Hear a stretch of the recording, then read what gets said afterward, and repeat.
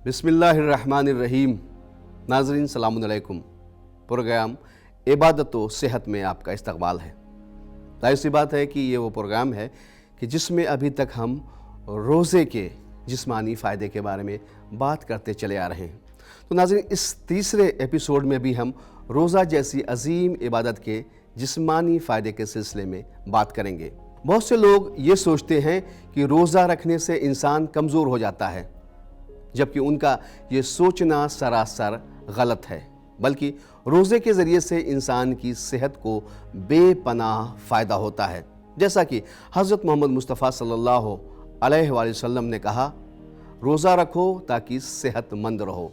रोज़े के ज़रिए इंसान सेहतमंद कैसे होता है, तो हम आपको बता दें कि WHO का कहना है कि cardiovascular disease leading cause of death है। यानी सबसे ज़्यादा दुनिया में जो मौतें होती हैं वो दिल की बीमारियों की वजह से होती हैं। WHO का कहना है कि दुनिया में हर साल तकरीबन 16.9 मिलियन यानी तकरीबन 1,90,00,000 लोग अपनी नेचुरल मौत से पहले ही इस बीमारी से मर जाते हैं। एक अहम साइंटिफिक रिसर्च के मुताबिक बहुत सारी बीमारियां ओवर ईटिंग यानी बहुत ज़्यादा खाने की वजह से होती हैं। ओवर ईटिंग की वजह से हमारे जिस्म में न्यूट्रिशियस फैट की सूरत में स्टोर हो जाते हैं। फिर हमारी बॉडी मसल्स पर फैट जम जाता है, जो कि बैक्टीरियल ग्रोथ की वजह बनता है, जिससे हमारे जिस्म में LDL कोलेस्ट्रॉल बढ़ जाता है। आगे चलकर ये कोलेस्ट्रॉल हमारी नसों में चिपक जाता है और ब्लॉकेज पैदा करता है, जो कि हार्ट अटैक, स्ट्रोक की वजह बनता है और साथ ही हमारे ब्रेन को भी नुकसान पहुंचाता है। जबकि हम जब एक महीना रोज़ा से होते हैं यानी फास्टिंग से होते हैं, तो हमारे जिस्म से एक्स्ट्रा फैट ख़त्म हो जाता है और रोज़ा हमारे जिस्म को डिटॉक्सिफाई कर देता है, जिससे इंसान हेल्दी रहता है। इस तरह रोज़े से हमें मोटापे और दिल की बीमारियों से भी छुटकारा मिल जाता है। ग्लैंड्स और इंसानी जिस्म को दोबारा ताकत जमा करने का मौका मिल जाता है। अगर हम रोज़े को इस तरह से रखें जिस तरह आले मोहम्मद ने हमें बताया है, तो रोज़ा हमारे लिए भूख के साथ साथ बेहतरीन इलाज भी है। रोज़े के फ़ायदे के सिलसिले में अमेरिका के न्यूयॉर्क शहर में रहने वाले ऑर्थोमोलिकुलर साइकेट्रिस्ट डॉक्टर एलन कॉट, जिन्होंने फास्टिंग के हैरान करने वाले फ़ायदे के बारे में अपनी किताब fasting as a way of life में पेज नंबर 32 पर रोज़े के बेशुमार फ़ायदे के बारे में इस तरह से लिखते हैं, रोज़े से इंसान के डाइजेस्टिव और इम्यून सिस्टम को मुकम्मल तौर पे आराम मिलता है और ग़िज़ा डाइजेस्ट करने का प्रोसेस नॉर्मल हालत पर आ जाता है। इसके अलावा उन्होंने अपनी दूसरी किताब फास्टिंग द अल्टीमेट डाइट में भी रोज़े के बहुत सारे फ़ायदे बयान किए हैं। रोज़े के सिलसिले में पाशुतीन का कहना है कि रोज़ा इंसान की जवानी को पलटा सकता है। दीन ने रोज़े को आज से 1400 साल पहले फ़र्ज करके इसकी हक़ानियत और सदाकत की मोहर लगा दी थी। दुनिया भर में फास्टिंग हीलिंग का एक ऐसा असरदार ज़रिया है जिसका कोई बदल नहीं है। रोज़े के 3 तरीके के फ़ायदे होते हैं, स्पिरिचुअल, साइकोलॉजिकल और फिज़िकल।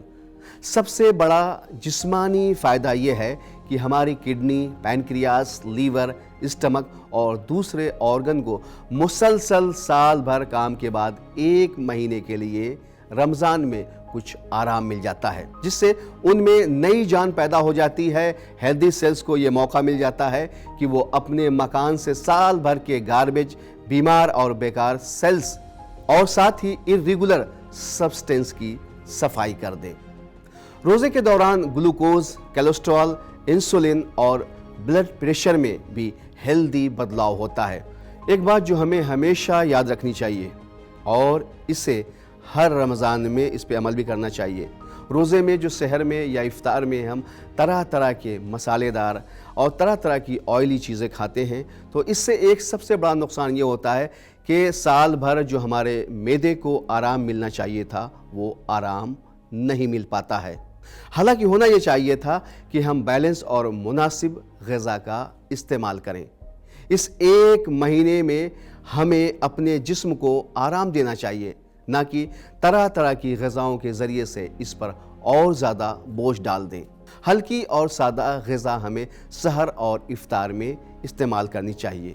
اسی لیے حضور نے فرمایا ہے کہ کھاؤ پیو لیکن اعتدال یعنی بیلنس کے ساتھ۔ آپ نے دوسری جگہ فرمایا کہ اپنے پیٹ کو 1/3 خوراک سے اور 1/3 پانی سے اور 1/3 ہوا سے بھرو، اور جب تھوڑی سی بھوک رہ جائے تو اس وقت ہاتھ اٹھا لو، اور کم کھانے میں ہی راحت ہے۔